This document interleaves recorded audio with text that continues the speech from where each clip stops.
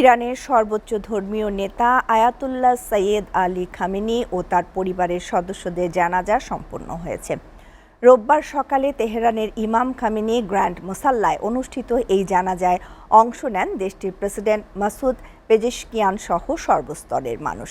গত ২৮ ফেব্রুয়ারি মার্কিন ইসরায়েলি বিমান হামলায় পরিবারের বেশ কয়েকজন সদস্য সহ নিহত হন তিনি। বিস্তারিত ডেস্ক রিপোর্টে। মার্কিন ও ইসরায়েলি বিমান হামলায় নিহত ইরানের সর্বোচ্চ ধর্মীয় নেতা আয়াতুল্লাহ সৈয়দ আলী খামেনি ও তার পরিবারের সদস্যদের প্রথম জানাজা সম্পন্ন হয়েছে। তেহরানের ইমাম খোমেনি গ্র্যান্ড মুসাল্লায় রোববার সকালে এই জানাজা অনুষ্ঠিত হয়। কঠোর ধর্মীয় রীতি মেনে মোট ৩ ধাপে সম্পন্ন হয় এই জানাজা। প্রথম ধাপে খামেনির নিজের, দ্বিতীয় ধাপে তার কন্যা, পুত্রবধূ ও জামাতার এবং শেষ ধাপে তার শিশু নাতনি জহুরা মোহাম্মদীর জানাজা পড়ানো হয়। ফেব্রুয়ারি যুদ্ধ শুরুর পর এই প্রথম প্রকাশ্যে এলেন খামেনির ৩ পুত্র মোস্তফা, মাসুদ ও মেসাম। বাবার কফিনের ঠিক সামনেই দাঁড়িয়ে কান্নায় ভেঙে পড়েন তারা। জানাজায় অংশ নেন প্রেসিডেন্ট মাসুদ পেজেশকিয়ান সহ ইরানের শাসন বিভাগের শীর্ষ ৩ প্রধান।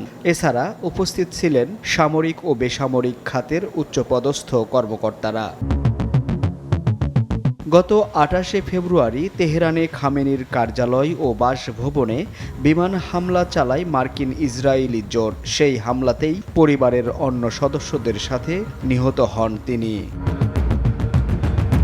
সোম ও মঙ্গলবার তেহরান ও কোমে হবে শোক মিছিল। এরপর বুধবার কফিন নিয়ে যাওয়া হবে ইরানের পবিত্র নগরী নাজাফ ও কারবালায়। সব আনুষ্ঠানিকতা শেষে আগামী বৃহস্পতিবার ৯ জুলাই উত্তর পূর্ব ইরানের মাশহাদ শহরের পবিত্র ইমাম রেজা মাজার প্রাঙ্গণে সমাহিত করা হবে আয়াতুল্লাহ খামেনিকে। SA TV news desk.